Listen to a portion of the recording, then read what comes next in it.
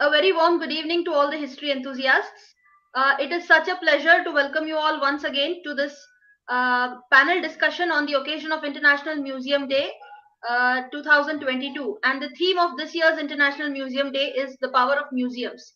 Our title for the panel discussion is Museums as Living Reflections of Civilization, a panoramic perspective of multidisciplinary museums in India. And it is an honor to welcome to this panel Shri Shivaprasad Khened sir, former Director, National Science Centre, Delhi, and former Director, National Gallery of Modern Art, Mumbai. We welcome you, sir, wholeheartedly. I also welcome Dr. Sunil Gupta, former Director, Allahabad Museum, Ministry of Culture, Government of India.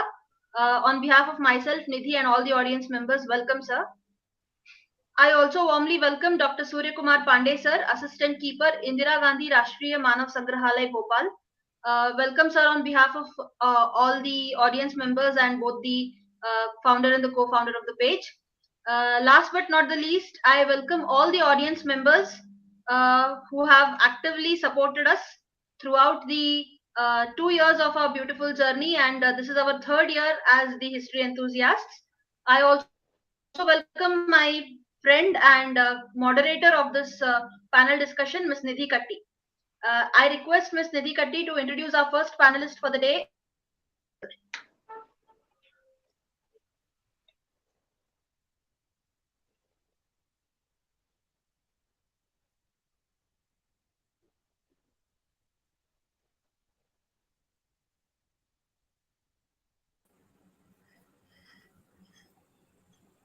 Yes. First of all, I want to mention one thing before introducing Shivaprasad sir, that it's because of Ravi Korishettar sir that we were able to contact all the three panelists today. So I also thank Ravi Korishettar sir for giving us information about all the three great scholars. Thank you so much, sir. It's a great privilege to introduce our today's first panelist, uh, that is Shivaprasad sir. Actually, when I contacted sir, he very wholeheartedly accepted our invitation in first call itself. I'll take this opportunity to introduce our today's first panelist. Shri Shivaprasad Kennedy sir is an electronics and communication engineer who started his career with two multinational companies, Hewlett Packard and Intel. He then joined the government service in 1986 and has ever since been working with National Council of Science Museum for 35 years until his retirement on super annuation on 31st May 2021. Kennedy sir has served as the Director, National Science Centre, New Delhi, Director, Vishweshwaraya Industrial and Technological Museum, Bangalore, and Director, Nehru Science Centre, Mumbai. He also has the distinction of shouldering the additional responsibility of Director of the National Gallery of Modern Art, Mumbai, for around 6 years. He has published more than 100 articles on science, communication, and history of science in journals, magazines, and newspapers. Science reporter, uh, Dream, One India, One People, Invention, Intelligence, Propagation, Hindu Economic Times, Business Today, Times of India, Express, Pharma, Pulse, First Post, etc., are some of the magazines and newspapers in which Sir has published his articles. And Sir has also presented papers in national and international science museum and science communication conferences. Uh, Shivaprasad sir has published 5 exhibition catalogs, books, and monograms. Uh, Shri Kennedy sir is an blogger and has published more than 175 well researched blog posts on various subjects. He has an international following on his blog. Shri Kennedy sir has established 3 new science centers in Regional Science Center Dharwad, Regional Science Center Coimbatore, and Regional Science Center Pilikul, while he worked as the director of Vishweshwaraya Museum, Bangalore. He has also established 4 new science innovation and activity centers in Maharashtra. He has also established innovation hubs in NSC Mumbai, GSC Goa, RSC Bhopal, RSC Nagpur, and DSC Dharmapur. He was also involved in the development of a science center in Kottayam. Sir has curated several well-researched science and culture exhibitions, and Sir Vishweshwaraya Ramanuja Information Revolution, Human Biology, 100 Years of Nobel Prize, Human Genome and Beyond Water, the Elixir of Life, Our Science and Technology Heritage Pulses, Our Bodyguards, etc. He was part of team which established the National Museum of Indian Cinema in Mumbai. He has curated 3 international exhibitions as part of Festival of India, Cricket Connects in South Africa 2014, Australia 2016, and England 2017. And he has memberships of many reputed groups too. Some of them to mention are National Committee of Cultural and Scientific Institution, including National Steering Committee on Science, Olympiads, National Screening and Evaluation Committee, International Museum Exhibitions Committee, etc. During his tenure as director of NGMA, he was responsible for organizing several art exhibitions of national and international repute too. And Sir is the recipient of prestigious 16th NES National Award instituted by Shri Jayendra Saraswati Shankaracharya Kanchi. He was nominated for the prestigious Eastern Eye Arts Culture and Theatre Awards in 2018, England, for the curation of cricket exhibition. So, post retirement, Shivaprasad sir, he was searched come selected as the CEO of Pradhan Mantri Sangrahalaya, New Delhi. He is currently working as the senior advisor, CS MVS, Mumbai. So his biodata is really an inspiration for everyone who is interested in history, archaeology, museology, and epigraphy. And still he is very enthusiastic and is working, and there is a lot to learn from you, sir. And thank you so much for accepting our invitation, sir. Thank you. Thank you very much, Nidhi, for the introduction. Without any further ado, I request Shri Shivaprasad sir to express his views about the topic of our panel discussion. Thanks to the organizers and to my dear friends here, Dr. Pandey and Dr. Gupta, Sunil Gupta, and also to Dr. Kori Shettar sir, who actually, once you take the name of Dr. Ravi Kori Shettar, there's no way of telling no. That's how I'm here. I'm not from the history side per se, um, basically an engineer by profession, but then it so happened that I joined the museum profession, and I truly enjoyed very passionately. At the very outset, this being the 18th of May, which is celebrated as International Museum Day, I'd like to wish all of you, the co-panelists, and all those who have joined us live, a very happy International Museums Day. Museums, um, well, they are the custodian of objects, uh, socio-cultural milieu, utilitarian objects, and things such as this. Um, in India, also we have one of the oldest museum, the Indian Museum, but then the museum movement has picked up, particularly in the last decade or two. Um, there's a lot of enthusiasm in terms of museum, and you have an interesting subject that multidisciplinary museums. Um, I was, in a way, fortunate to, although from the science background, mostly work with the Science Museum. I was given some additional responsibility to work with other museums as well.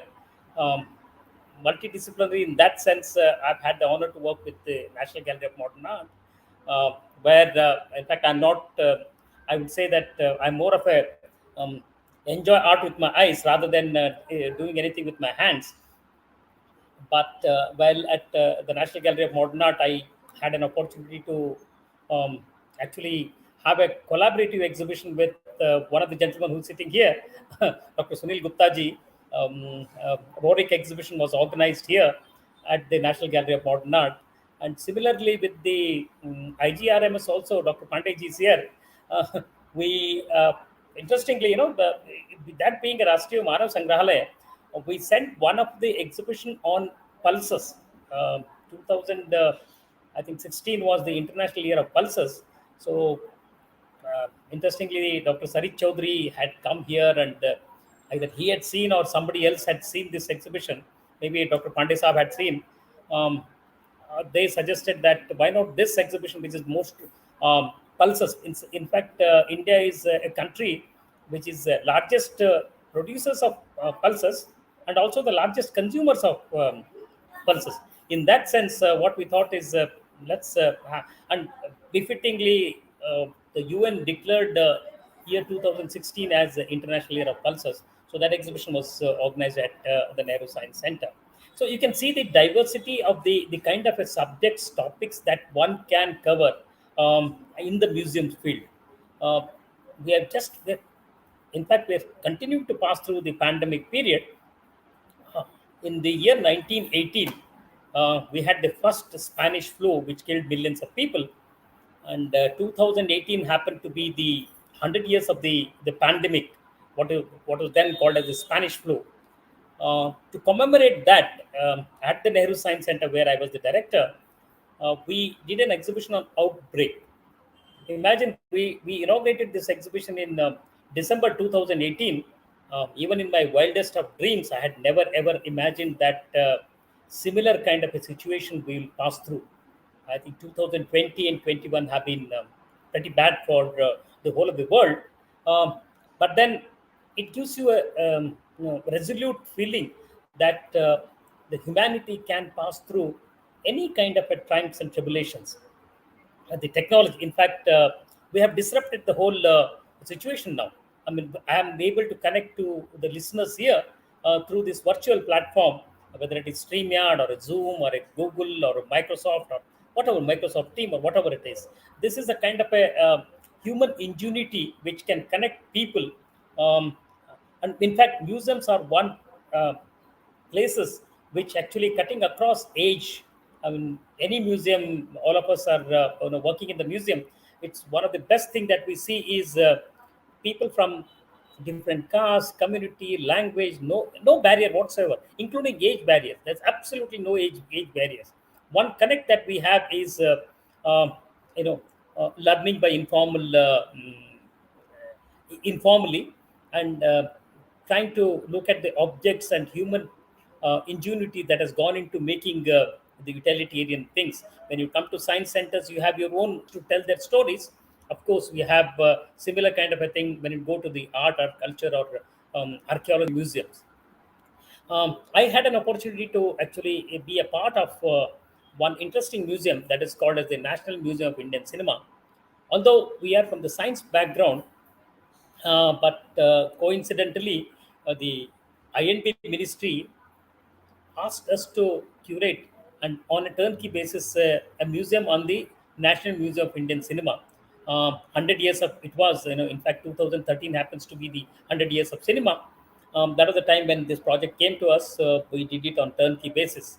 There are two things, the cricket and cinema and chili. These three C's touch us across the country, whether you're in Hubli or Dharwad or Allahabad or Bhopal or Kashmir, everywhere. These three C's, irrespective of the diversity that we have, both in terms of language and other things, it connects us. So, cinema, in that sense, we portrayed the history of the cinema, how cinema has been used as a social a social platform to connect to the people, to raise issues of social and cultural and political issues and such things. I think this is the initial thought that I have on the museums from different fields, because I have esteemed my colleagues, Dr. Pandey and Dr. Gupta ji also. As we pass through to the period of discussion, I think we can touch on this. So, in nutshell, there are, I think, n number of museums in every field. I think there is a goat museum. To that extent, there is so much of a diversity. There's a language museum, goat museum, cinema museum, cricket museum, and of course, science and arts and things like that.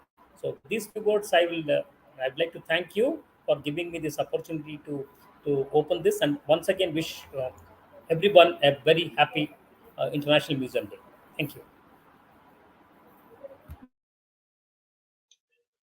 Thank you very much, sir. It is now time for the second panelist, the presentation of the second panelist. Before I request Dr. Sunil Gupta, sir, to present his views, I would like to introduce sir. Dr. Sunil Gupta is former director in charge of the Allahabad Museum, a national level museum under the Ministry of Culture, Government of India. He is a recipient of several illustrious awards and fellowships, such as UK Visiting Fellowship for study of ancient Mediterranean pottery at Southampton University, a postdoctoral fellowship awarded by the Japan Society for Promotion of Science for study of maritime links between the Eastern Indian Ocean and East Asia. Guido Award of United Kingdom for study of ancient beads in Thailand. He was field director at the excavations of the ancient port of Kamraj on the western coast of India, among others. In 2005, he joined the Archaeological Field School as expert on Indian pottery for the University of Dar es Salaam's Kumbi Cave excavations on the island of Zanzibar, which is Tanzania. He has been invited by the universities of Sweden, Norway, and Denmark as PhD external examiner. In 2011, he was part of a delegation of museum professionals deputed by the Ministry of Culture, Government of India, to visit the top museums in the United Kingdom under the India-UK Cultural Cooperation Agreement. He was also selected as Vivekananda Fellowship Program for Museum Excellence at the Art Institute, Chicago, by the Ministry of Culture in 2014. He has several noteworthy publications to his credit and has participated in various national and international level seminars. He is also the editor of Journal of Indian Ocean Archaeology. Sir, it is a great honor to introduce you, and I now request Dr. Sunil Gupta, sir, to present his views on the topic of discussion.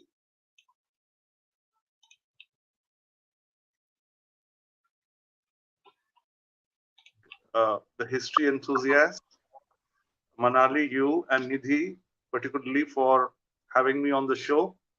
And yes, to Professor Ravi Korisetter, old friend, for thinking about me. I'm very happy to see my old friend, Dr. Khened and Dr. Pandey from the Museum of Man on this show. And it was really a pleasure to be listening to them. I think the very fact that you have displayed so much of passion and enthusiasm from the history enthusiasts to create and launch this topic today on International Museums Day shows, and as you were discussing with Manali and Nidhi, that it was during the long period of COVID lockdowns that this idea came to them.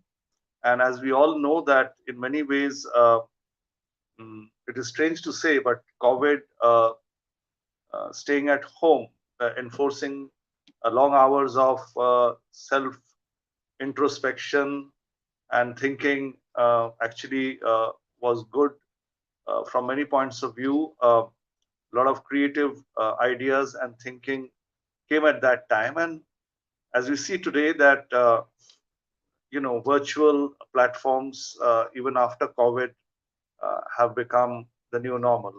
So a lot of this is good. Even in my museum, during the period of COVID lockdowns, I think we all got together, the director and the curators and all of us, and we work to use a minimal technology, even using WhatsApp, and when we were completely under lockdown, and then simple digital and video to produce, make small short videos about on our collections, whether it be the Buddhist art, ancient sculptures in the sculpture gallery, or the paintings of Rorik.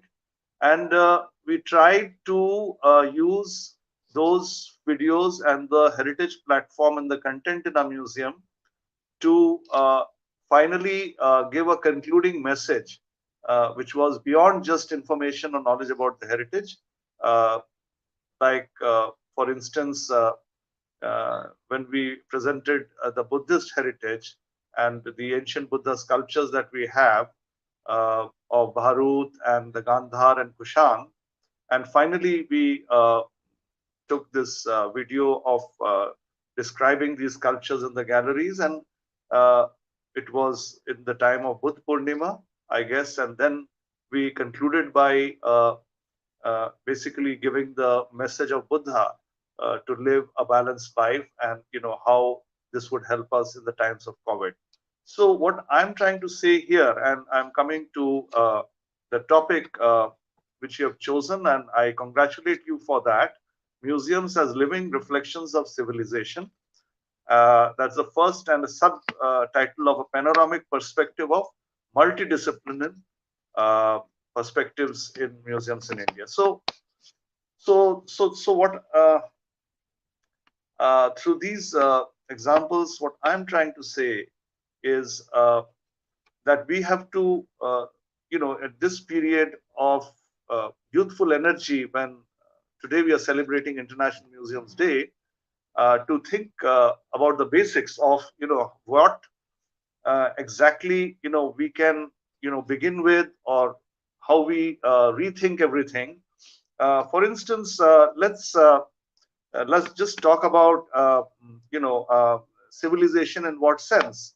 I mean, whether it is, the different kinds of museum, whether it is art museum or a science museum or a museum based on the personality of people, or whatever you think about, when you connect the idea of living reflection of civilization to it, basically what you are meaning is that you are, indicating things like, quality. Ultimately, the bottom line is that all these diverse museums, or you think about any museums, would display in some form or the other the best of human endeavor. If we agreed to that the museums are dedicated to, whether it is a piece of Kushan art or Gupta art or a beautiful, scientific display, what we are doing is that we are trying to bring to the public, to the people, the best of human endeavor, human spirit, human excellence.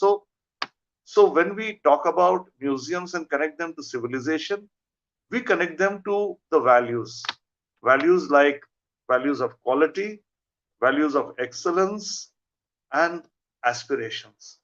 So, often I've been asked by many people, you work in a museum and you do this, what's the relevance of all this? What's the relevance of history, for instance? What's the relevance of archaeology? I mean, how is it relevant, like the STEM courses or, engineering courses where. So, of course, my answer is this, that, that the relevance is exactly in the topic that you have chosen, that when you visit museums and you see artifacts and you see exhibits which reflect the best of human, excellence, and you absorb those, values, you absorb those ideas of excellence, you're inspired by quality. Beauty is nothing but, aesthetics is nothing but another word for excellence. So if you imbibe these values and you apply them to whatever profession you are engaged in, you may not be a historian, you may not be an archaeologist, you may not be a museum person, You may be, basically a person working on an assembly line in a car factory. And that is the reason why we have long queues of very ordinary people, outside many European museums, because not only do they want the information, but they want inspiration for themselves. So, yes, in that way, we are talking about, uh, you know, uh, that museums definitely are a reflection of civilization. And if we basically become much more specific, like the Allahabad Museum, where I spent more than 3 decades, is a museum of art and archaeology. And as Dr. Khened was saying, that we come together to present exhibition of Rorik's paintings in NGMA Mumbai when he was there. So these sculptures that we have, the terracotta collection, the modern art, the miniature painting, a whole range of collections which you can see in the museum website, is definitely something, which the knowledge content in them, the content content in them are hugely inspiring. And therefore, and today I'm particularly glad because I was seeing the almost explosion of celebration of International Museums Day in the Allahabad Museum. I said on the site that more than 5,000 children visited the museum on a single day to see a lot of single object exhibitions put up there by my colleagues. So that is absolutely amazing because Allahabad is a very fine rural-urban interface. A lot of people would have come from rural or semi-rural backgrounds, from schools, and this kind of energy is amazing. I saw blind, or the use of braille in the children being shown in the Bihar Museum. So and the Indian Museum also, the storytelling. So this is a huge explosion of youthful energy, of the interaction between the curators and the public over artifacts which reflect excellence and aspiration. And I think coming to my second important point, which is the question of multidisciplinary, which I will connect to what I would call the challenge before us, is in a way what we call content. Now, one of the major differences between museums and universities are that, museums are more, as Dr. Kenneth says, that, informal education.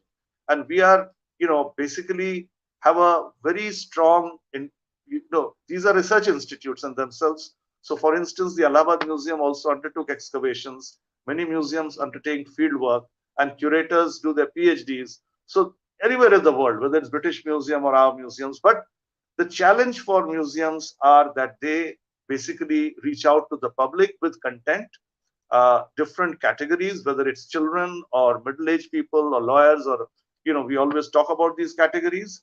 And so ultimately, the part of content creation becomes multidisciplinary and interdisciplinary. Now, if you're talking about archaeology, for instance, so I parallelly trained as an archaeologist while working there. So what we have is, what I'm trying to say is this, that in my opinion, a lot of research, whether it's art history or archaeology, whether it is research on, say, beads, which talk about different kinds of beads and how they were drilled and how they were extracted and how far they went as indicators of long distance trade. So there's so much of this rich technical content embedded in archaeological research. I think a lot of it had to be brought out still. A lot of has to be mined out. So the challenge of content is huge. We talk about, we often ignore content. As you know, in this year's Cannes Films Festival, the whole topic is India as a content hub. So I'm saying to all the young people, whether they're doing history, is a major history and archaeology are today, we have to go for heritage to take the content to the public, whether we are in museums or whether we are looking at, fieldwork or other artifacts. And we have to, sort of as they do in computational software. We have to be part of the economy. We have to monetize all this in order to create employment. So just imagine, there are thousands and thousands of families and people who are traveling right now as we speak to see the Taj Mahal or to see the monuments or all over the world. So these people are not historians and archaeologists. They're traveling to see. They are hungry for information. And so most of the money is going to travel agents and to flights and to hotels. Where is the content coming to us? So my challenge today is, we have to mine this content and take it out in several ways, whether it is films or storytelling or, other forms of social media, which is there. And also in terms of what I call heritage products, which means we recreate, we inspire artists to recreate ancient potteries and help museums with smaller museums with setting up gift shops. So we have to take very practical steps, which, I post-retirement, I think a lot about. And this is where, I would basically make my appeal by saying at the end that that these are some of the challenges that we can bring together as museum people, as historians, as an archaeologist. I think we are very, very relevant to not only the world's values, museums also relevant to the economy. And so on multiple fronts, there's a lot to do. Thank you. Thank you very much, sir. I now request Ms. Nidhi Katti to introduce our third panelist, Dr. Surya Kumar Pandey, sir. Yeah, thanks, Manali. Dr. Surya Kumar Pandey sir is working as assistant keeper in Indira Gandhi Rashtriya Manav Sangrahalaya Bhopal and looking after technical coordination section of the museum as officer in charge. Dr. Pandey is also looked after public relation department of IGRMS for nearly 5 years. Sir has done MSc and PhD in anthropology from Dr. Hari Singh Gaur University, Sagar, and postgraduate diploma course in museology from Prachya Niketan, Bhopal. Sir's specialization includes museum management and leadership like administration and management competencies, financial planning, human resource planning and operation management, collection management and exhibition planning and management of several other programs and activities necessary for giving momentum to new museum movement. Besides his contribution as museologist, Sir has also participated in the 5 months long leadership training program LTP based on all aspects of museum operation conducted by the British Museum London at National Gallery of Modern Art, New Delhi, the British Museum London and the CSMVS Mumbai, organized by the Ministry of Culture, Government of India in collaboration with National Culture Fund, New Delhi in 2012. And it's a great honor to have you on the platform of the history enthusiast, sir. Now I request Dr. Surya Kumar Pandey, sir, to begin his talk.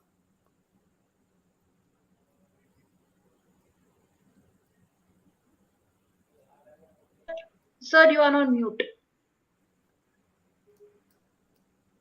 First of all, I thank you to Manali and Nidhi for inviting me for a session which has a very good topic.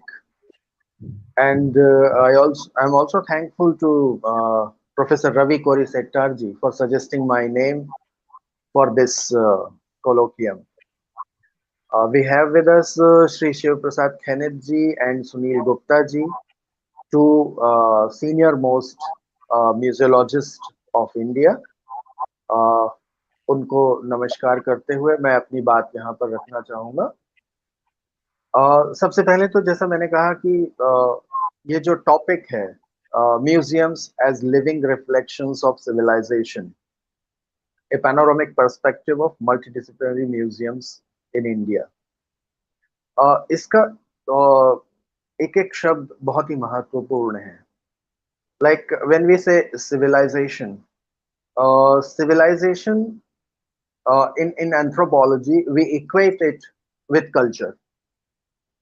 For us, everything is cultural. When we say civilization, it has an opposite meaning which we all understand. So for a community, whatever they do is cultural for them.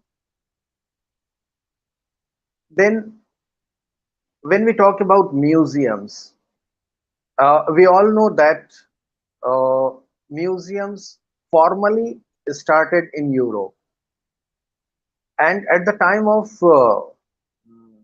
colonial invasion or the colonialism, till the start of colonialism, the people who were living in Australia, Southeast Asia, and other parts of Asia also, Africa and America, they were not considered eligible to be studied, even for their study purpose. And they were categorized as the non-Western societies. But later on, when this colonialism started for different purposes,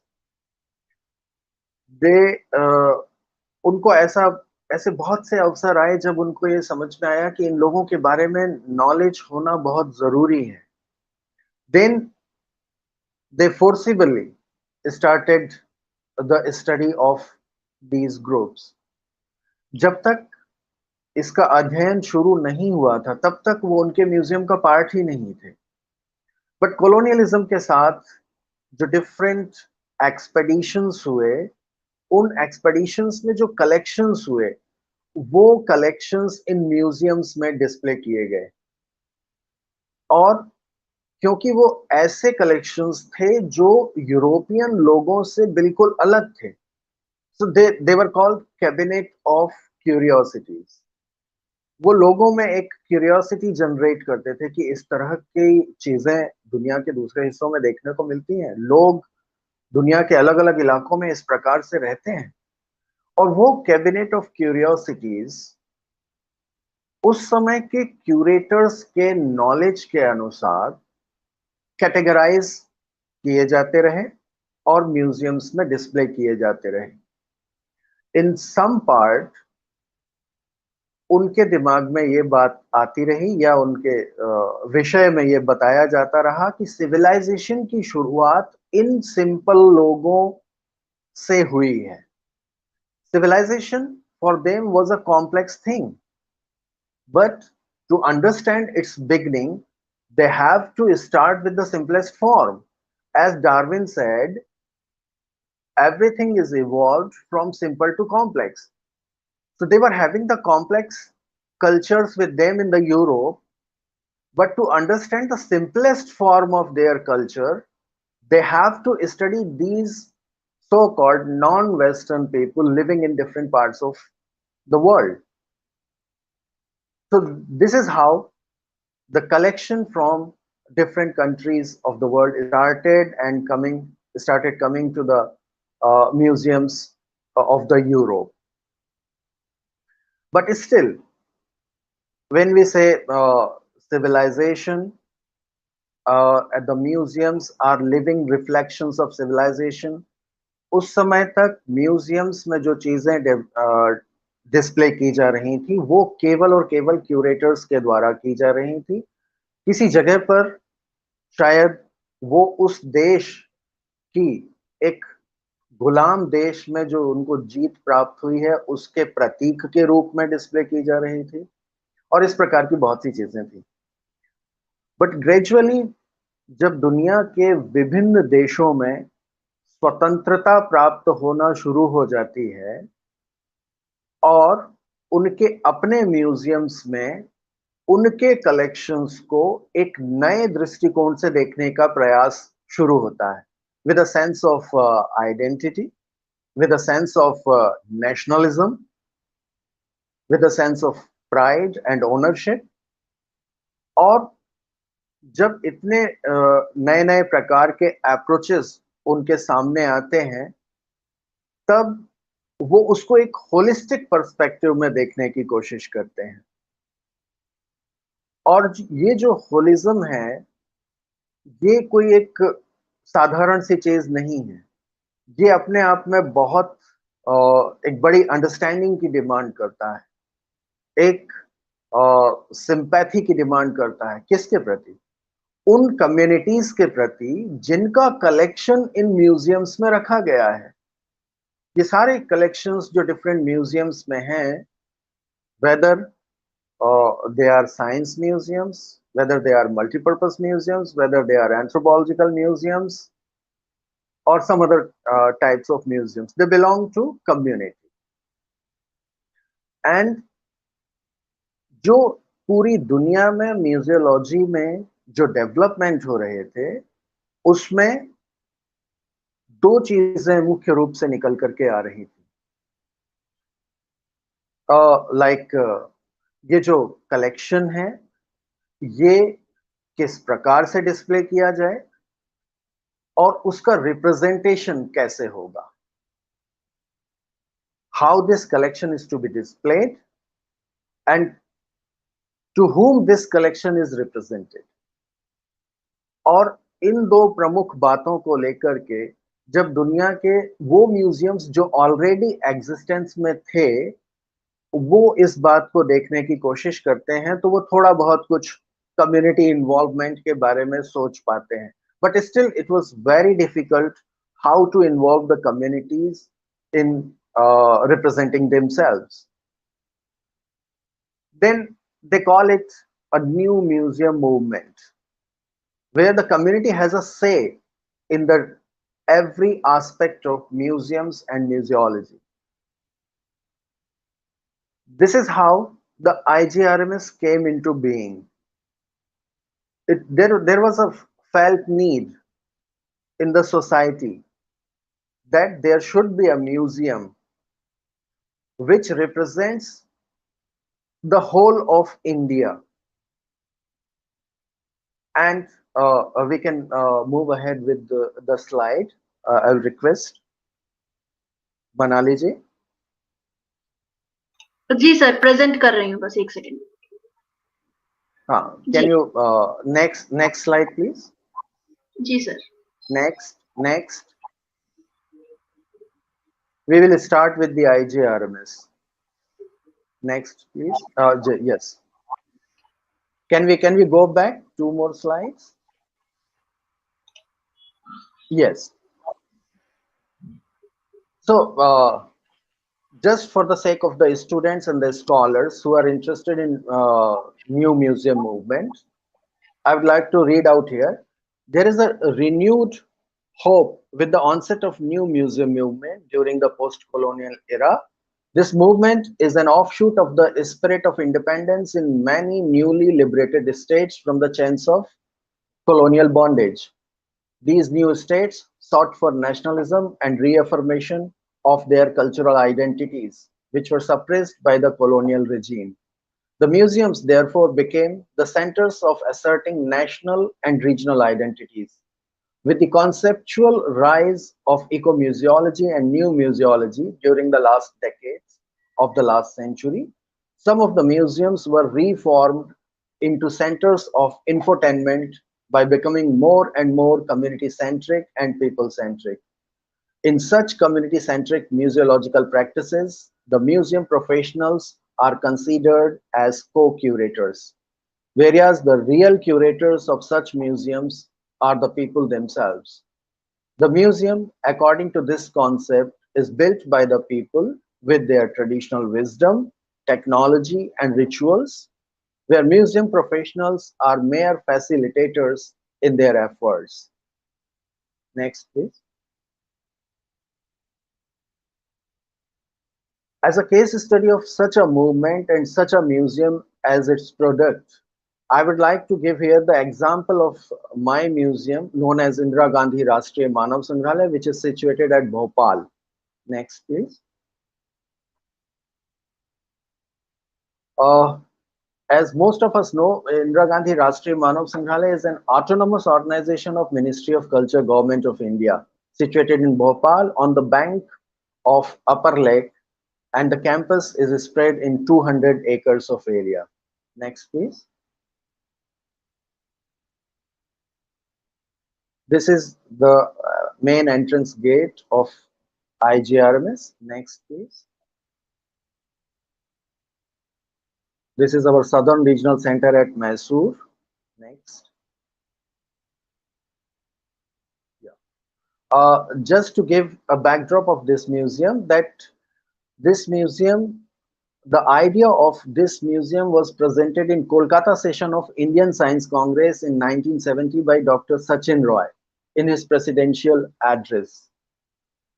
His idea involved a holistic presentation of human creativities in museum by an interdisciplinary approach, since no single discipline was capable of understanding man through its single lens glass.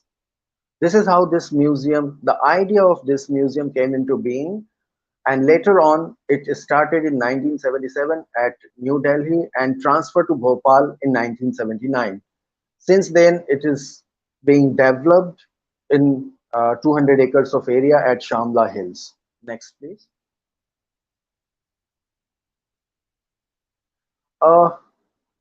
What distinguishes IGRMS from other museums is that unlike other national museums, which were set up to house certain collections in possessions, it was started without any collection to display, rather with a set of ideas, facilitating interrelation between communities and the museum, and thus reinforcing the new museum movement. Therefore, it is said that it started as a museum with ideas rather than artifacts.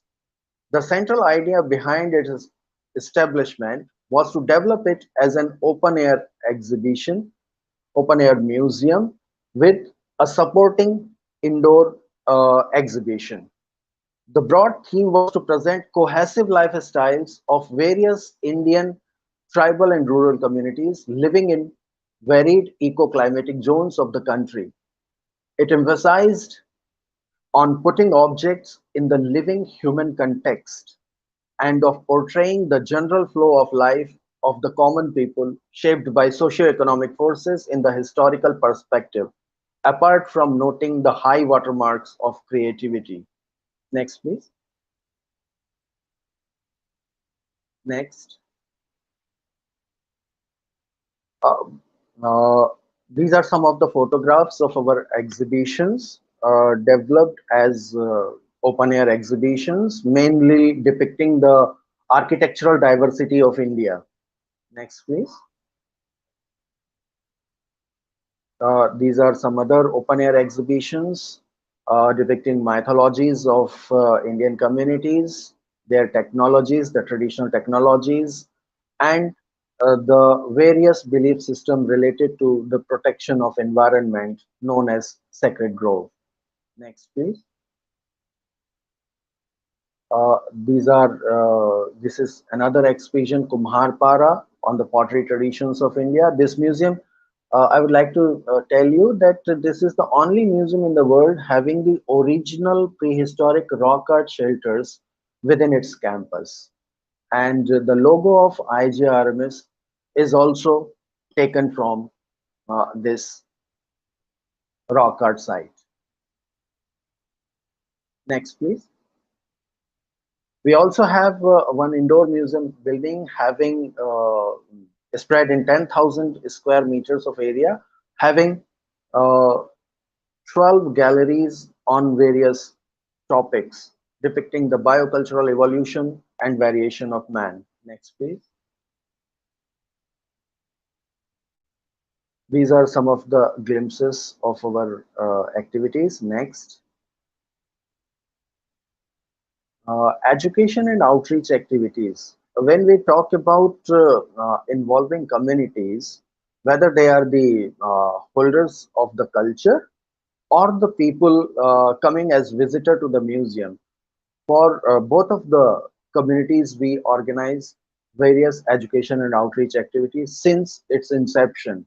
Now, you will find that more and more museums of India are giving emphasis to education and outreach activities. But IGRMS, since its inception, was involved in such kind of activities because this is the thing which help museums in involving community in various aspects of museum. Next, please.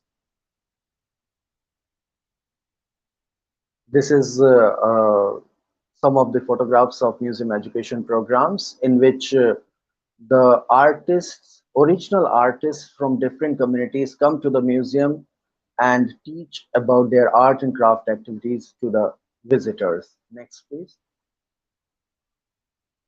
These are some of the activities organized for the especially able children. Next. Some activities for the conservation of environment. Next. Glimpses of artist workshops. Next. Seminars, conferences, and workshops on the topics which are mainly focused again on the museum community relationship issues. Next. Performing art presentations by the community people in the museums. Next.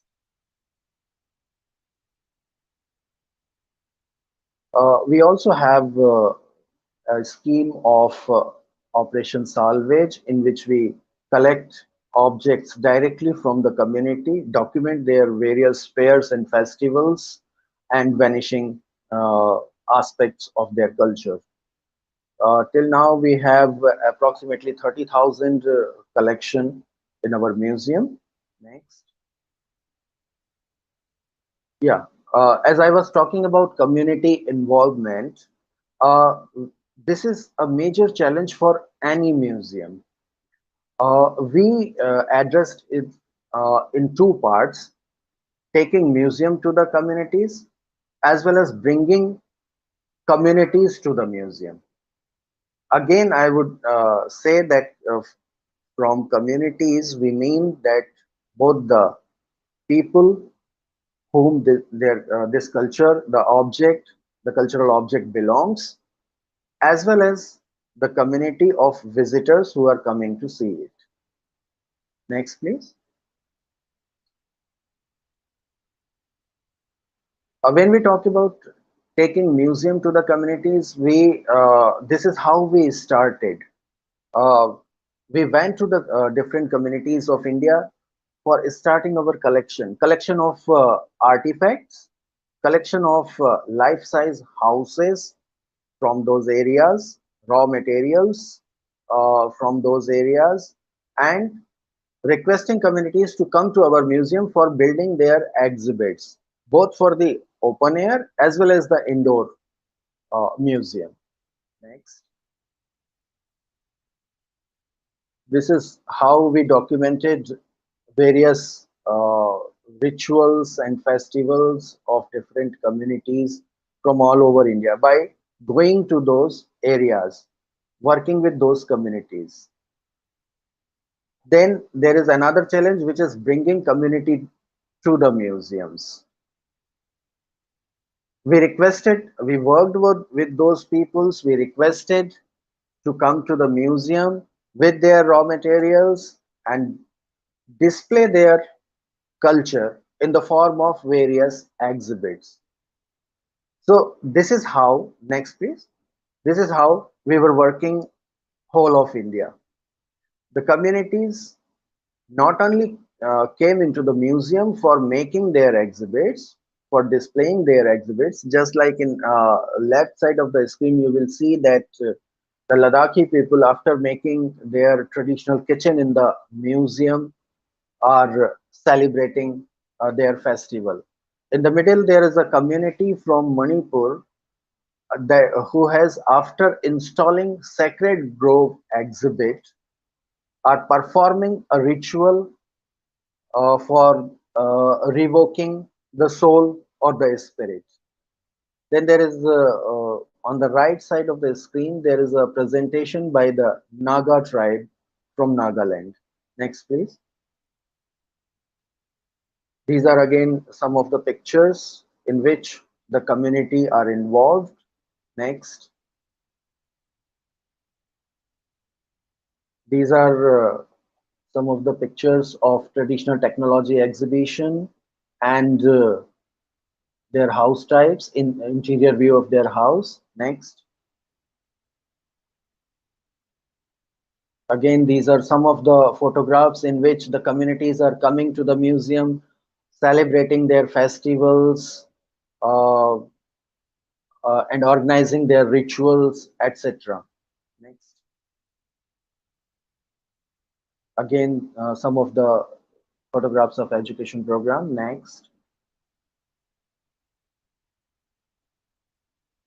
Yeah, during the lockdown, the Museum of the World faced a similar kind of challenges that the visitors were not coming to the museum because of the lockdown. So what museum did all over the world, they started using the social media or the internet to reaching to the audience. And at IGRMS, we also did the same. We started posting videos on our online exhibition series about our collection. Uh, every week, one curator gives the presentation of the exhibition of which they are in charge or they are looking after. So, using the this 75 year of Indian independence, we completed 75 online audio video presentation which are available on YouTube and other platform of social media.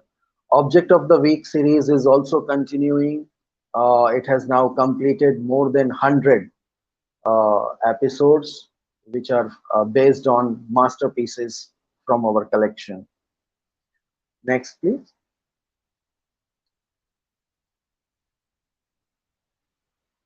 Next, please. Last one. Yeah. So, when we talk about again the title of this colloquium, the living reflections of civilization, I feel that in our museum we try to reflect, try to display the various cultures in its true sense, in its true context, and with the participation of communities, so that the communities we can generate awareness among the communities, a sense of honor and respect can be developed among the communities about their culture, a sense of belonging can be developed, which is being developed already, and it can also generate a movement for the regeneration of cultural materials among various communities. We already have a lot of connections with the communities with a sense of ownership.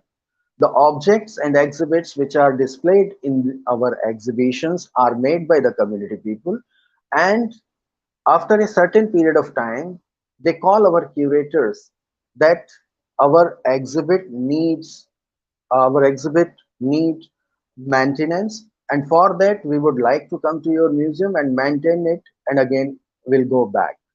So this kind of sense of ownership we are able to develop among the communities, and we are getting letters from various parts of India, especially Northeast, in which the community representatives are asking us to display their exhibits in our museums, because now it is getting popularized among the communities that this is the museum where their objects are displayed in a proper way. So these are some of the aspects which I wanted to keep in front of you, especially for the scholars, that how the museums can be really made reflections of civilization, living reflections of civilization. So this was my presentation. Thank you. Thank you very much, sir. Indeed, a very interesting presentation. And we have learned so much about the various exhibition strategies that can be employed to make museums more interesting. Professor Dr. T.S. Ravishankar, sir, former Director of Epigraphy, ASI Mysore, has posted in the comment section. Museums can act as a catalyst to promote in a very big way epigraphical and paleographical studies. Unfortunately, it is not taking place. Sir, your thoughts on this?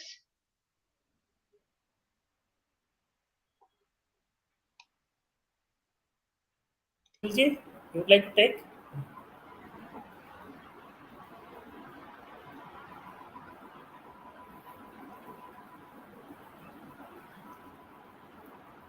Well, I mean, let me take this in one. Sunilji, you want to take this?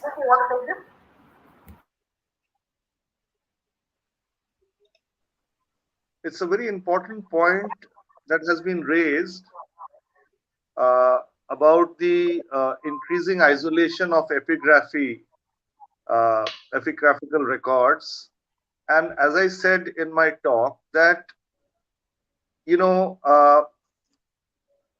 in a way, epigraphy is also part of archaeology.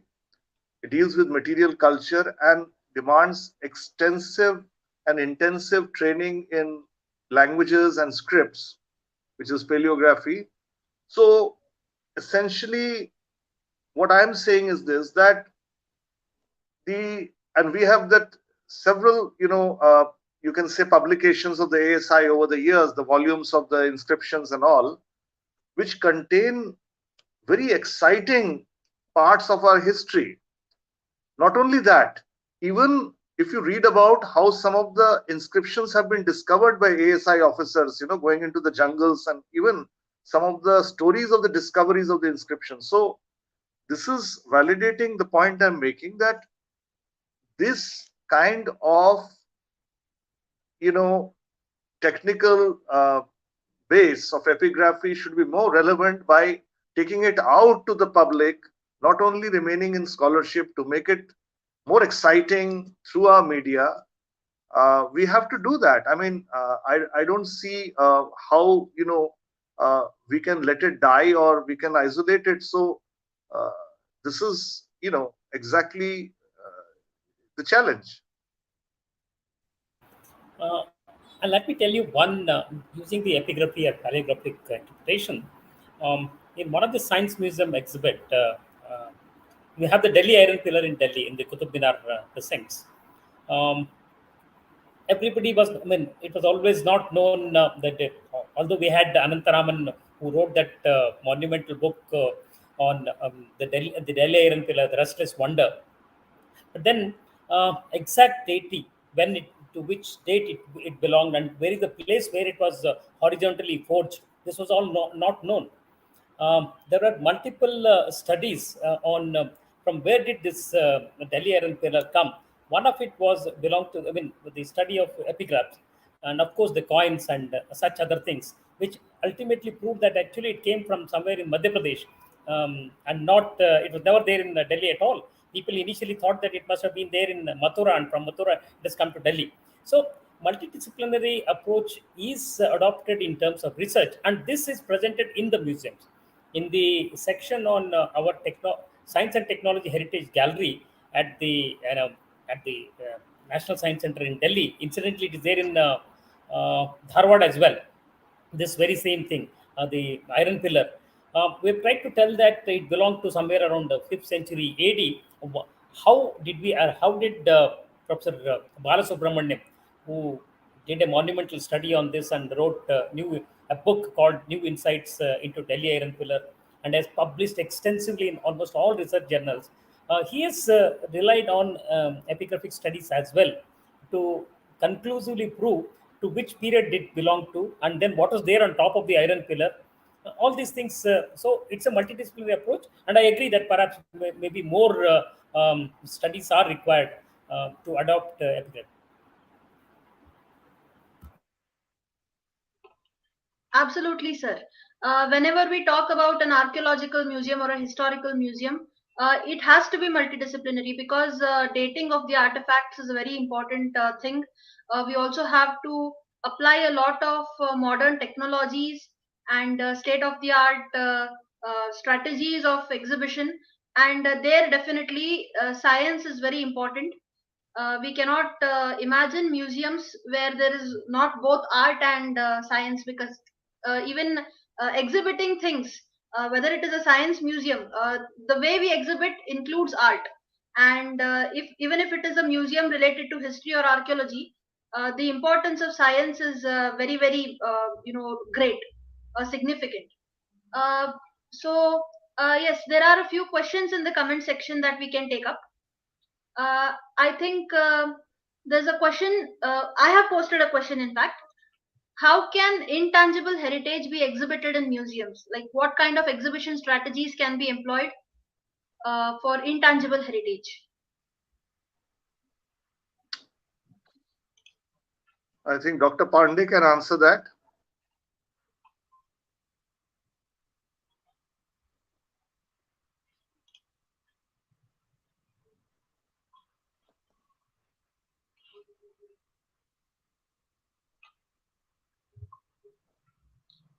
Dr. Pandey from Museum of Man, I think he would be the best suited to answer that.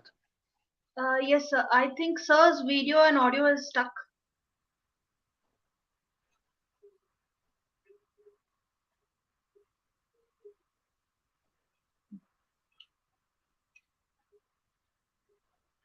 I think Khened Saab, you can take that up. Okay, and now that I think, see, UNESCO, the way tangible heritage sites have been decided, intangible things are also in the lens of the UNESCO. When it comes to particularly science museum, there's not much that intangible heritages have been presented. But since it is the multidisciplinary museums that you're talking about, performing arts, for example, there are plenty of the things that which are considered as intangible heritages, and these things are being presented in, I think, Museum of Man is absolutely one of the prime place where such intangible things are presented directly or indirectly. And there are other places as well where such intangible heritages are getting present. I mean, are being presented in the museum. Thank you very much, sir. So Nidhi? actually, I have a question to ask, sir. Yeah, so there is a lack of maintenance in particularly UNESCO World Heritage Site museums. Like the artifacts have been kept there, but new technologies to depict the artifacts is not used, and the maintenance is not being done in a good manner. So, how to solve this issue, and what are your thoughts on this issue? Now, let me tell you, when you have a vast civilization like India, 5,000 years of civilization, there's a phrase known as dime a dozen. Okay, so you have a tyranny of numbers when it comes to archaeological monuments that India has. Huge. You every go 10 kilometers or 20 kilometers, you will have one or other heritage sites. May not be protected by Archaeological Survey of India or the state archaeological survey, state respective state archaeologists. But yes, I mean, things are improving. But if you really look at the position in which these monuments were prior to the economic liberalization of 1991, I would put it this way. Abraham Maslow beautifully described what is known as the pyramid of hierarchies, Maslow's hierarchical pyramids. I'm sure some of you will be knowing that. The basic thing is the roti kapda or makan, food, shelter, and things like that. We are now, after going through a period of about 200 years of colonialism, where from having to be about 26% of the GDP contribution to the global economy in about 1800, we came down below 6% or maybe 3% when we attained the independence in 1947. I think some of the older generation people who are attending this the conference will understand that there was something known as the PL 480 scheme. Under this PL 480 scheme, we had to wait for wheat to come from US, a shipload of wheat to come from US to feed the vast population that we have. Passing through those period, we have come up. We are gradually, the maintenance and uh, uh, maintaining it to the standard, that exacting world standard that is required. You need to allocate resources. When I say it's financial resources, manpower resources, that is going to happen. I'm sure if you really look at Hampi, when it was, when I went as a student, or maybe in the 90s, and now you go and see Hampi. Similarly, most of the archaeological sites, there have been phenomenal improvements. But then, yes, I mean, we got to improve it much further. That will happen as we gradually grow in strength in terms of economic strength of the nation. I think so. Yeah, you can, I think, add Yeah, on something to this. yeah. Yeah, take it ahead from what you said so well. I mean, this whole background that slowly, economically how we are moving forward, but at the same time, I'm emphasizing that this the new generation, what she said about the artifacts being properly displayed or maintained, the professionalism that has to come into the museum thing, this explosion of creativity of, as Manali said, the application of technology to, you cannot have art without science, different kinds of lighting. So what I'm saying is this, that how does the new generation take it up, say from now, from 5 years or 10 years from now? These are the people who have organized this. So there's an explosion of creativity, of content, where science and art, and as you said, Dr. Khened, that now the time is coming where we are, so we now have, we are, I think, on the positioned on the very big opportunity, big wave, and I am afraid that we should not miss it. As you know, in 2010, 11, 12 till 14, the Ministry of Culture took up amazing. We both of us went to the UK when the agreement was signed, and after that the LTP program came, and then the Vivekananda program. So the ministry was sending out people, and there was the whole exposure. Now that after 2015 has ebbed, I think the government has to look at a whole, not just the curators, a whole new young generation. They had this whole museum, revisiting museums thing recently. So I'm saying this, that we are at the edge of a big opportunity over the next 2, 3, 5 years, and we should not miss it. I am agreeing with that. We should not miss it. Thank you, sir. Welcome back, Dr. Pandey, sir. We were just discussing about how some of the UNESCO World Heritage Site museums are lacking in their management or maintenance, and how we can improve that. And sir was just telling us about the various creative measures that can be taken up, and what can the young generation do in future. Sir, I will repeat the question which I had asked before sir went offline.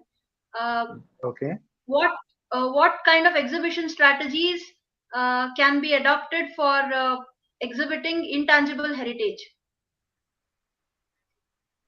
You see, my whole presentation was based on this. The main strategy is, again, the involving the community. You see, why people go to the museums? Because they want to see something, they want to learn something, they want to entertain themselves and their family members. So if they will feel that they are getting something from the museum, like what they get from a mall or a similar kind of entertainment, whatever it may be. So that kind of strategy we have to follow. Uh, when we will involve the community people, then only they will feel that they can come to the museum again and again. And by organizing various kind of activities, every time of their visit, we can give them something new, which is related to the object. And there are certain other strategies which are now being followed by most of the museums for managing the museums, as well as organizing different kind of activities and programs. But simply organizing activities and programs will not help until and unless we are able to develop a sense of belonging.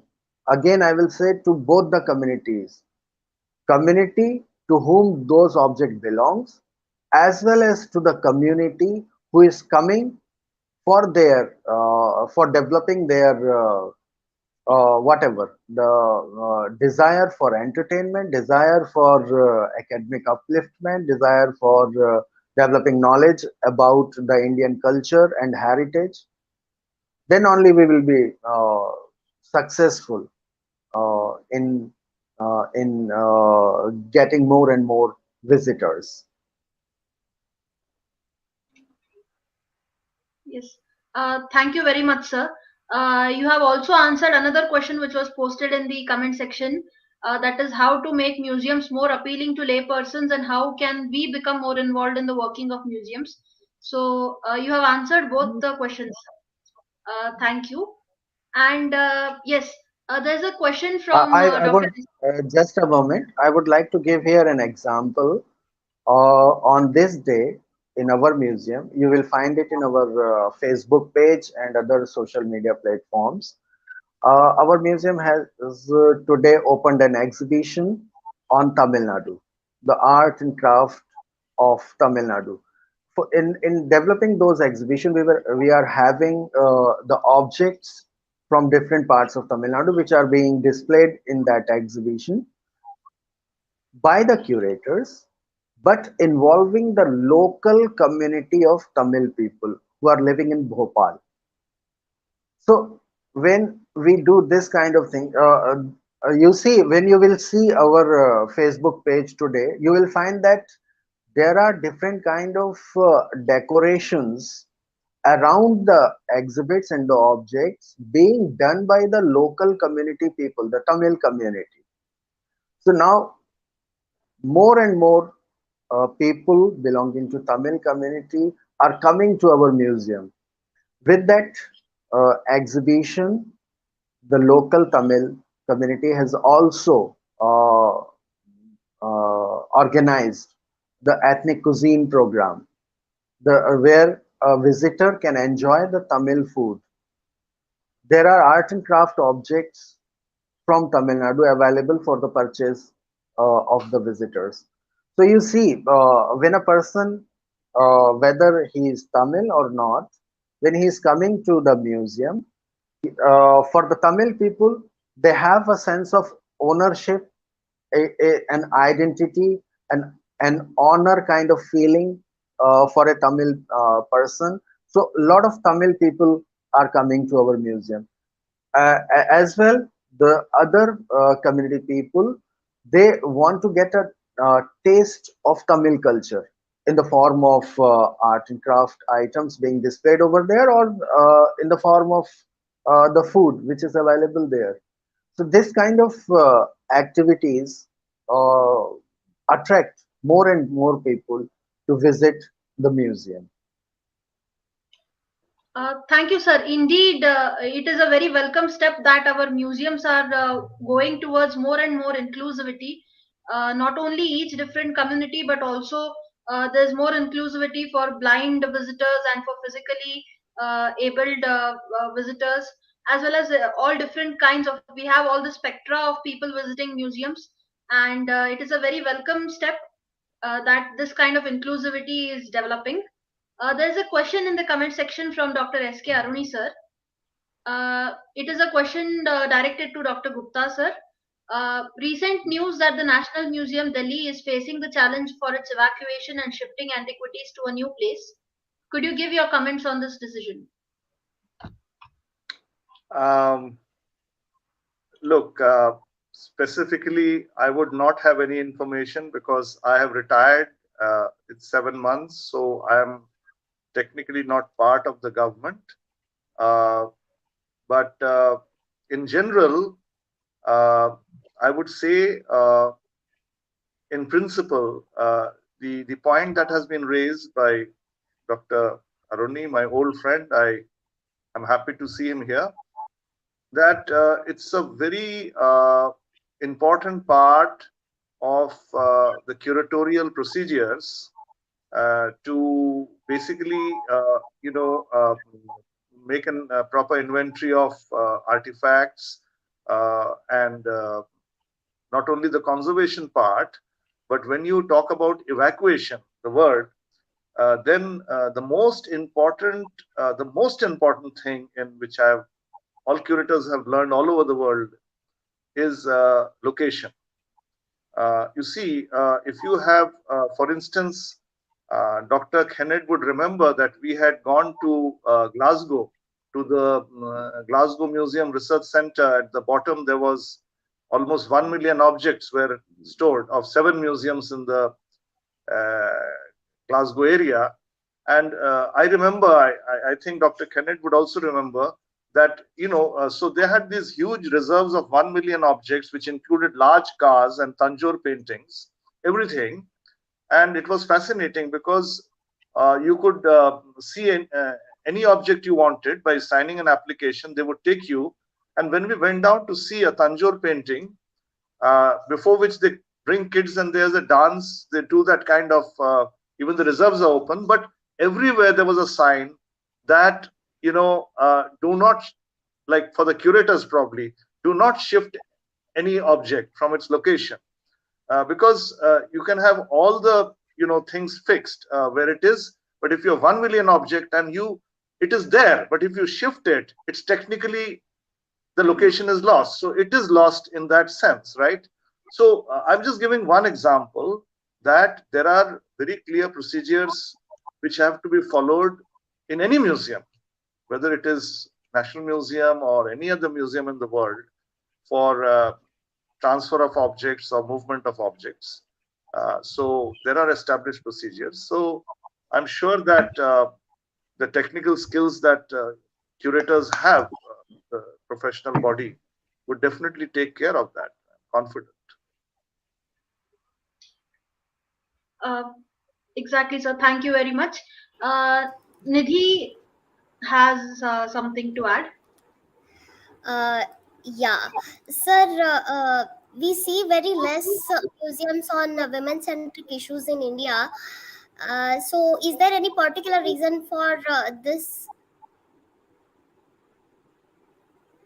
What is the question and whom do you want to answer this? So anyone in the panel can answer. I'll just repeat the question. I understand the question. Yeah, Yes, sir. well, Sure. I agree with you that this is one aspect. It cuts across the fields, and museum is no different. Gender discrimination is there, but if you really look at the museums per se, they're gender neutral. Museums per se are gender neutral, but then the issue that you raised, very specifically women-centric issues to be addressed. I can only talk about one such exhibition which I was involved. Um, Women scientists in India. Okay, Indian women in science. This is what one exhibition we had very specifically designed to highlight that it's not that just men who are involved in this. It's all there are also women scientists, and this exhibition went on to be fairly successful. And it appealed to a lot of the young girl students who look up to these girl students as their role model. Now, let me also tell you one more issue in this that I'm not trying to justify this. In fact, India per se is better when it comes to look at our democracy. When we in the 1950, when we became a republic, everyone, whether it is a male or a female or irrespective of anyone, each one of us had one franchise. Okay. Now let's go to UK. As recently as the discovery of the DNA, I don't know how many of us, how many of you, I mean, both of you youngsters, whether do you remember Rosalind Franklin?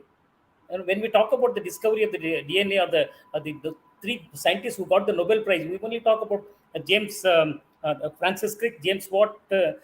These two are the people. Watson Crick is what we normally say. But Watson Crick were able to discover this structure of the DNA because of an X-ray crystallography, a photograph which was done by a lady scientist, Rosalind Franklin. I'm talking about the 1940s and 50s. Even during that time, she was from the King's College. She was utterly discriminated. Unfortunately, this has existed in the human society, but things are changing and changing rapidly. And hopefully, there will be museum very specifically for women-centric issues. Hope so. Hope so too, sir. Thank you very much for the answer. I just want to ask this question. The theme of this year's International Museum Day is the power of museums. What exactly does it include? Like, what involves in the power of museums? I'll just give one example of very recently I was involved in the there are, for example, when we had this so-called modern education system, which was introduced by Macaulay. I don't know if some of you know about the Minute of Macaulay, where he talked about the complete wisdom of India and Arabia is confined, can be confined to one single almirah of any Western scholar. This was their thinking right up to the 1930s. The minute which Macaulay signed is recorded in 1935 or something, 1835 or something, around that period. But Yes, then look 1830. what happened. 1835. Look at what happened in. Uh, we sent an exhibition in 2017, Illuminating India exhibition. Okay, this exhibition was held in London Science Museum. Okay, the Britishers were ruled us for almost 200 years. We sent an exhibition. What is the name of the exhibition? Illuminating India: 5,000 years of science and innovation in India. So the same people who actually told that in 1835 that the complete wisdom of the Indians can be is confined to one single almirah. Now they are ready to accept because of the museum power of the objects. One of the power of the object is the Baksali Manuscript. I don't know how many of you are aware of the Baksali Manuscript. The Baksali Manuscript is one of the existing ancient manuscript which has a number, a symbol for zero. So this is there in the collection of Oxford Museum. Because this exhibition Illuminating India was coming to London Science Museum, they decided to do the dating for that. Even in the exhibition that I curated, I was under the impression that it belongs to 7th century or so. But when they carbon dated it, the Baksali manuscript goes to between 2nd and 4th century. That means the decimal place value system, including the number zero, existed in India during the period 2nd to 4th century, the proof of which is there in the Baksali manuscript. That is the power of the museum. Irrespective of what the Britishers felt or anybody felt, when you have an object has got its power. That cannot be disputed. This is just Yeah, one power I'm talking about. I completely agree with Dr. Khened. You know, the power of the object, and he talked about the manuscript. So, that is the point. Like look at one of the most, let's say, boring parts of a museum exhibit would have been something like these semi-precious stone beads in showcases, which are very small. And I would always take visitors to that and begin to tell them about the different kinds of semi-precious stone like carnelian or amethyst or green jade, green jasper, red jasper, chalcedony, slowly make them interested, then tell them, how they were extracted from the mines in Gujarat by tribals. Then I would tell them about, how they were drilled. And 2000 years ago, there are researchers which carried out through the scanning electron microscope to show that they were using diamond drills. So we know about the technology. And then, the same beads, for instance, from Kaushambi in the Allahabad Museum, they are found also in the Bangkok National Museum because they were traded by sea. So they are indicators of long distance trade. So in that small showcase, the beads would come alive through the power of the storytelling and the object. So it is explosive. So we have to see that, that's what I always said, that we have to mine much more information out of the objects and make them process them for the public in exciting ways. So once the public, through the mediation of the curator or the guide, who's technically passionate, changes the whole atmosphere. So this is definitely a big challenge for us.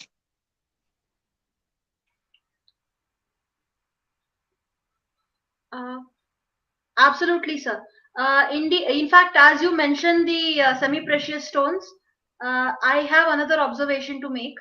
As we were students of archaeology in the Department of History and Archaeology, Karnataka University, Dharwad, we were studying about these beads made of semi-precious stones, that is agate or lapis lazuli or such, and we were always fascinated, but we never got to see any of those beads, or even in the KRI museum we have many artifacts belonging to prehistoric period, but none from not any of these semi-precious stones, and many of the students did not even bother to search it on the internet what lapis lazuli looks like, or what color is agate, or what is the mineral composition of chalcedony or anything like that. So I think not only people who visit museums should be given information like this, but people learning in universities, museum becomes very important for such people who are pursuing their postgraduate or graduate studies, Exactly. because we are under a lot of ignorance. We don't know what we are reading.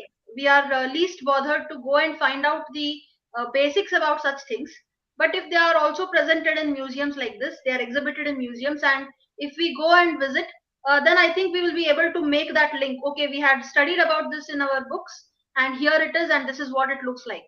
So Absolutely. I think that is very we have to give them that experience, the technical experience to not only students but to the public as well, of the objects. Yes, sir. There's a question in the comment section. What is the percentage of people who visit museums in India? This question is by Shri Satish Pandita. What is the percentage of people who visit museums in India? Why more and more people are not visiting museums? I think Dr. Pandey from Museum of Man.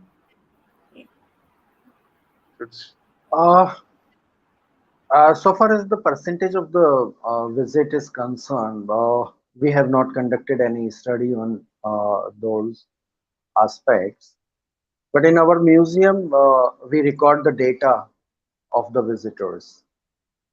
And approximately 15,000 people, 15,000 visitors every month visits our museum. This is an average of the visitors. And so far as this so far as this next part of the question is concerned, why people are not visiting museums, तो देखिए ताली दोनों हाथों से बजती है. Museums अपनी तरफ से पूरा प्रयास कर रहे हैं कि वो अपने आप को ज्यादा कंटेम्पोराइज समकालिक बना सकें, ज्यादा से ज्यादा विजिटर्स की नीड्स को एड्रेस कर सकें, और इसमें सरकार का भी सहयोग मिल रहा है और आगे भी मिलता रहेगा. और जहां तक दूसरे एस्पेक्ट की बात है, we have to develop a culture of visiting museums in India. और ये बहुत जरूरी है कि जब भी हमारे यहाँ पर एक तो ये वाली बात होनी चाहिए कि हम अपनी फैमिली को म्यूजियम्स ले जाते हो, ये कल्चर हमको डेवलप करना होगा. दूसरा, अक्सर अधिकतर हम लोग ये देखते हैं कि जब हमारे यहाँ पर कोई गेस्ट आते हैं सिटी के बाहर से, देन दिस क्वेश्चन अराइज कि हम इनको कहाँ ले जा सकते हैं. Then you make a list of the places where you can take your guest. आप उसमें देखिए कि म्यूजियम इसमें कौन से नंबर पर आता है, पहले नंबर पर, दूसरे नंबर पर, या तीसरे, चौथे, या लास्ट नंबर पर. तो ये कल्चर हमको स्वयं डेवलप करना होगा म्यूजियम जाने के बारे में. और on the other hand, museums को भी अपने आप को दर्शकों के अनुकूल बनाना होगा. Some of the museums are doing good work. CSMVS is an example. खेनेड साहब के गाइडेंस में साइंस म्यूजियम्स में बहुत काम किया है.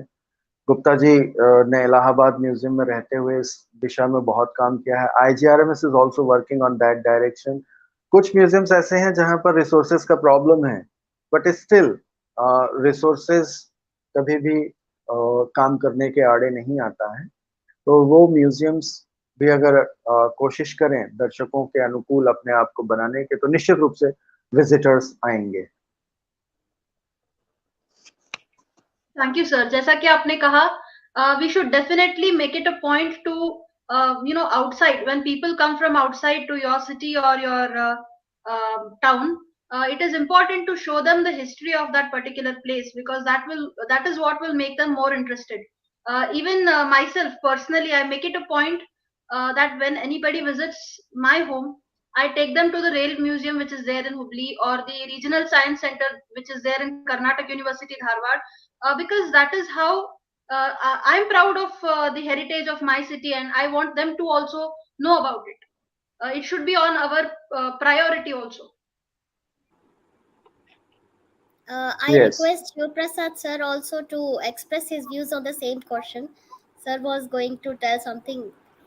No, again, I mean, I'll go back to the same things. The basic needs. One has to look at that. You have to be very practical. I mean, ultimately, human species, we are on the top of the pyramid primarily because of our creativity. Once you have a storage, I mean, when you started cultivating, you settled down, you produce more than what you require. So you have storage. Once you have storage, you are sure that your food needs are sufficient. Then you start thinking more and more. So the leisure activity is also like that. When you have more time, you will have more time when all your food basic needs are satisfied. As of now, there are a lot of people who are still struggling in that area of fulfilling the basic needs. Once that improves, which is going to happen sooner than later, the numbers will rise. But not that the numbers are lower. For example, if you go to Vishwesvaraya Museum, where I had the honor to serve for 2 years, it has got 1 million visitors. 1 million, but it looks very small in comparison with the population of the city. But if you go to the best of museums in other places, 1 million is a large number. 10 lakh visitors a year. The Nehru Science Center, where I worked for a long time, we get about 8.5 lakh visitors a year, which is still small, because when you compare it with the population, we have the tyranny of numbers. When I say tyranny of numbers, population is 1.4 billion. So yes, I mean, we have a long way to go, but it will be gradually improving. But then museums also will have to grow by leaps and bounds. Absolutely, sir. Professor Ravi Korishettar sir says hello to the grand panel. Good Thank you, afternoon, sir. We're saying hello to yes, him. Yes, sir. Regards, warm regards to Professor Korishettar. You could have brought him on the stage. I think he is out of India, sir, right now. He is abroad. I know he's in US, yeah. Yes, sir. Okay. Yes, sir. I think Nidhi wanted to add something about museology. Yes, so actually I have observed one thing, that the population of youth involved in museum studies, in particularly India, is very less. And also that universities, 90% of Indian universities, they don't have a separate department for museology studies. When there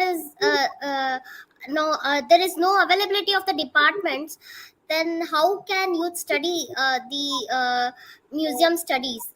So what solution do you want to provide for this problem? Anyone from the panel can answer this question. Now, see, if you look at the courses in museology which are available in India, I think I was looking at some in the UP Public Service Commission, going through some applications for a curatorial position. And I think there are a fair number of centers now which are, giving, like, teaching museology in many ways. I think National Museum Institute in Delhi is one, and Baroda has a very, uh, very active department of museology, very old department of museology. I think Calcutta also has a very important and old department of museology, and several other, diploma centers have come up. So, so I think I would suggest have a look at the Google and, go through that carefully to see, even in South India we have. So, yes, I suppose that it would be a good idea if these centers are connected to each other in some way to create a common platform to join the museum movement. So there is a greater knowledge for young people to choose the right course and, get the right experience. A lot of private museums also have internships. So I think we need to organize this. Probably the history enthusiast, your platform can take up some of these projects to collect the information, and let's not just keep it a discussion. I mean, take up some of this practical stuff and move ahead. I would like to add something to it. In our museum, we started a postgraduate diploma course in museology 3 years back. We started this course in collaboration with Indira Gandhi National Tribal University, Amarkantak. So this course was especially designed for the students or the scholars who want to work in museums, obviously. And now we are planning to open this course for those people. Presently, for the admission into this course, the eligibility is graduate from any discipline.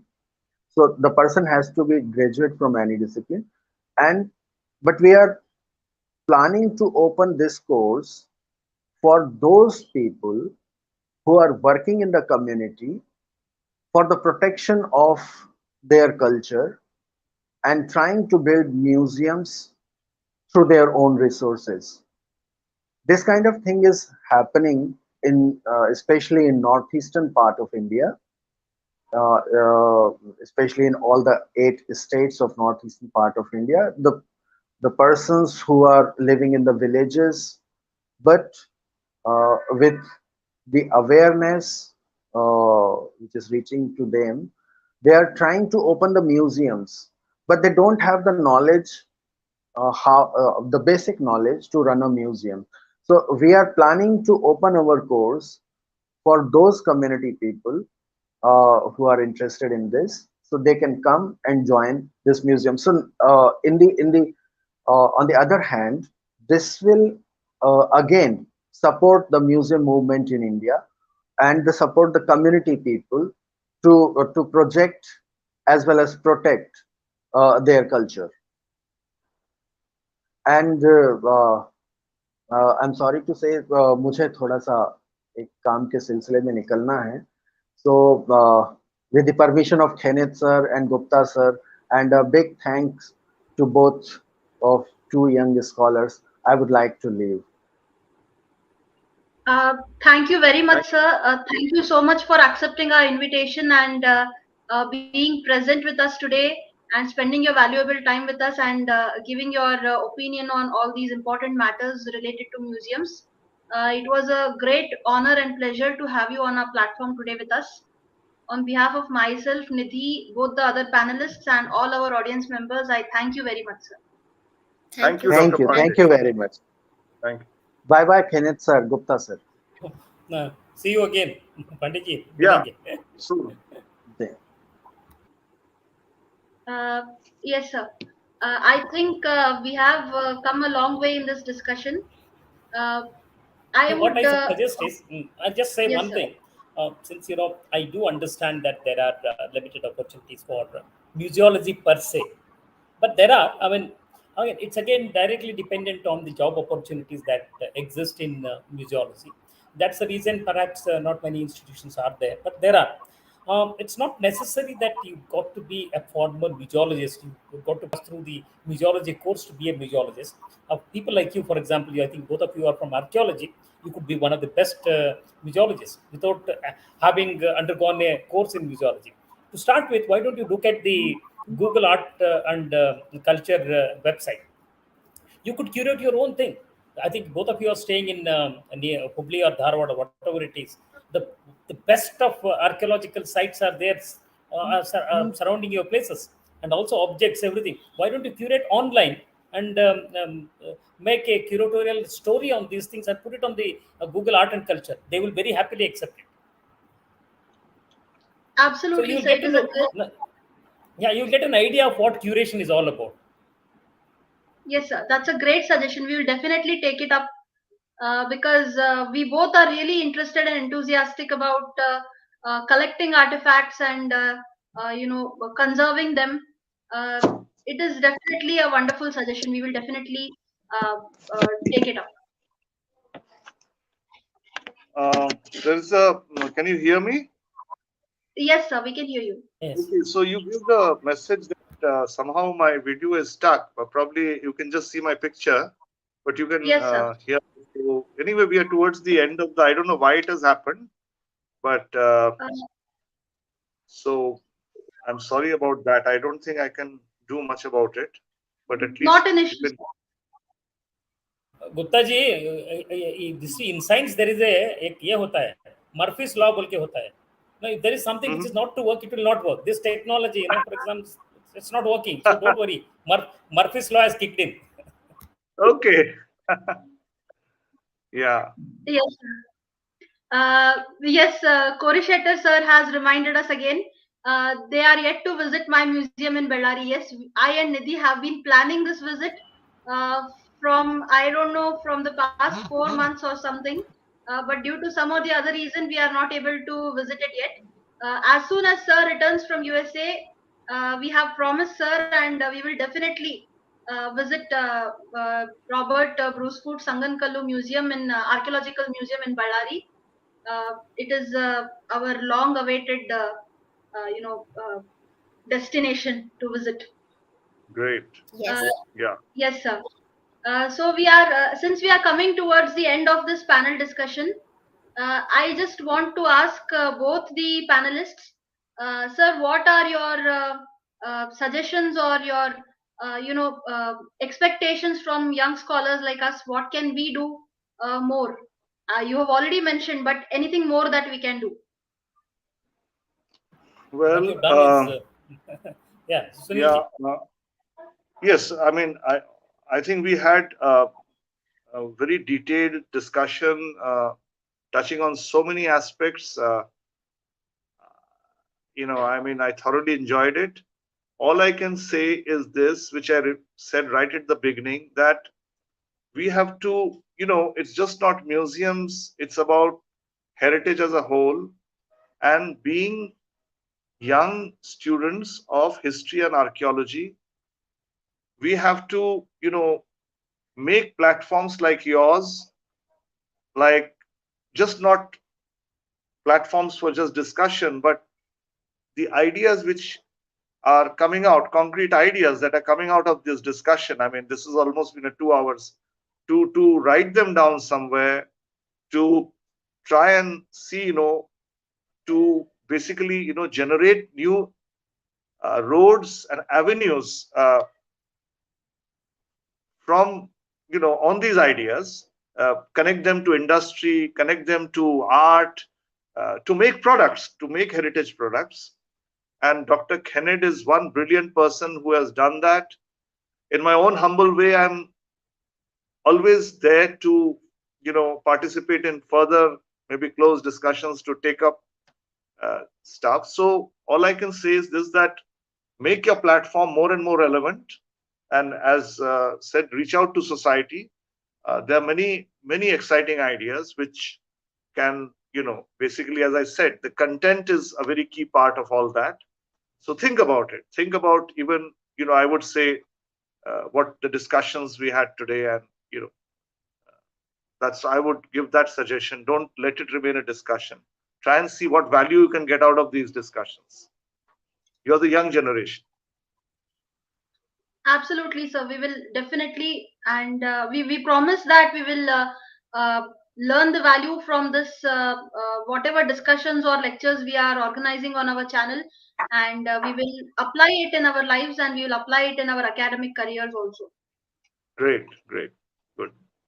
And I would also suggest that, but there is a phrase, particularly for all of us in the museum: catch them young. If you have to make them your brand ambassador when they are very, very young, just like any clay, you can mold it the way you want. You can sculpt. You can create a beautiful sculpture out of that when it is still. When it becomes hardened, it's very difficult to sculpt it the way you want. So what you should do is, in addition to reaching out to the scholars or the people who are already in the know, I personally have a feeling that your this platform, the people who are attending, they're already motivated enough to attend your program. Why don't you go to the schools? Both of you are so passionate. Go to the schools, talk to them about their own history, about their own small places. For example, Lakundi or Gadag. I mean, so many places. There are wonderful archaeological monuments and history with some objects. Go to that. Try to tie up with the university, and when you catch them young, they will be your brand ambassador. Yes, sir. Your suggestion is it lines up with our thought. I and Nidhi, we had already planned to go to some of the PU colleges and schools and have lectures or sessions regarding local history of that particular place or village or town or whatever.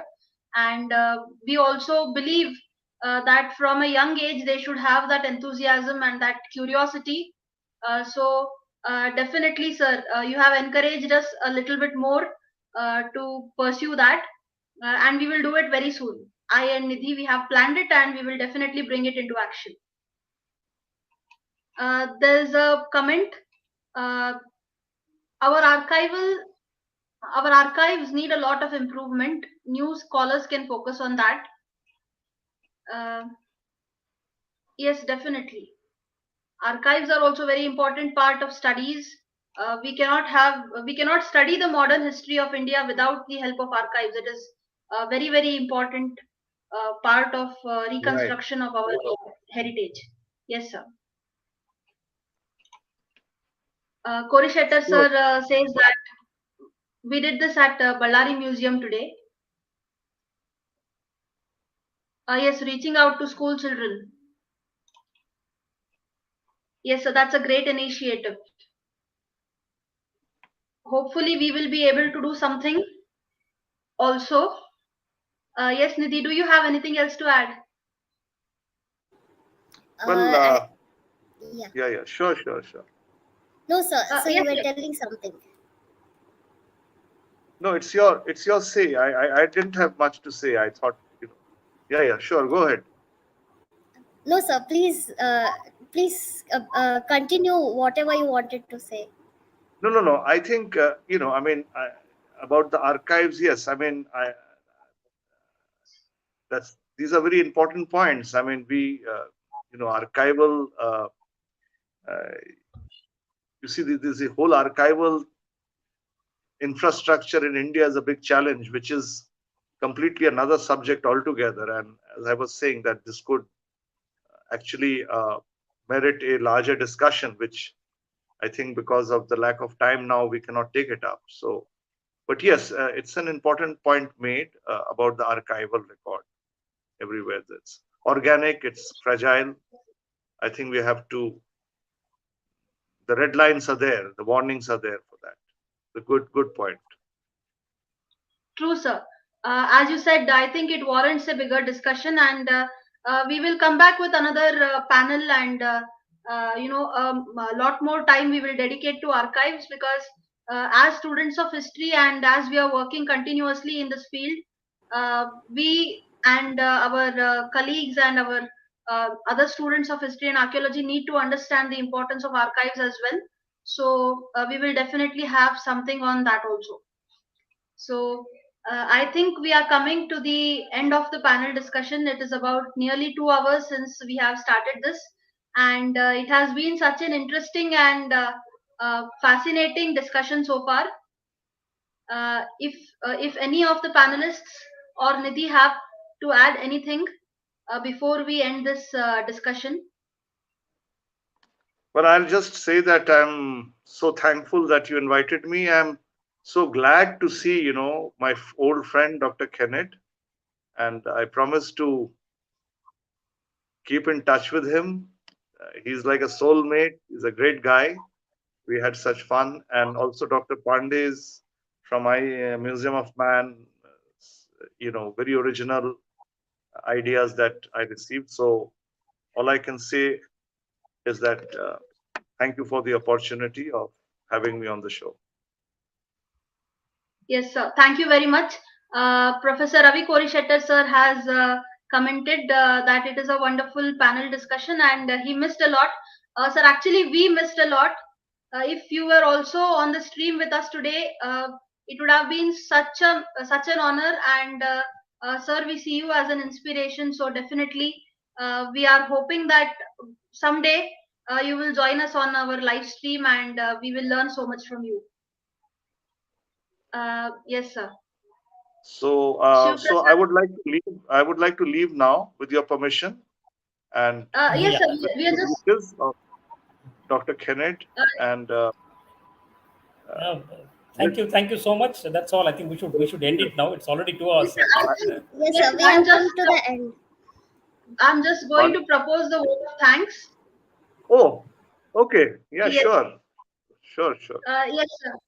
On behalf of myself and Nidhi, I'm going to keep it very short. We have already completed 2 hours. So on behalf of myself and Nidhi and all the audience members, I want to thank all the 3 panelists, all the brilliant panelists who have given us so much to think about today. Shri Shivaprasad sir, Sunil sir, and Surya Pandey sir. Thank you very much. It was a very, very informative and enlightening discussion. And we have learned a lot from all 3 of you, and we will definitely take up all the suggestions that you have given us. Thank you once again.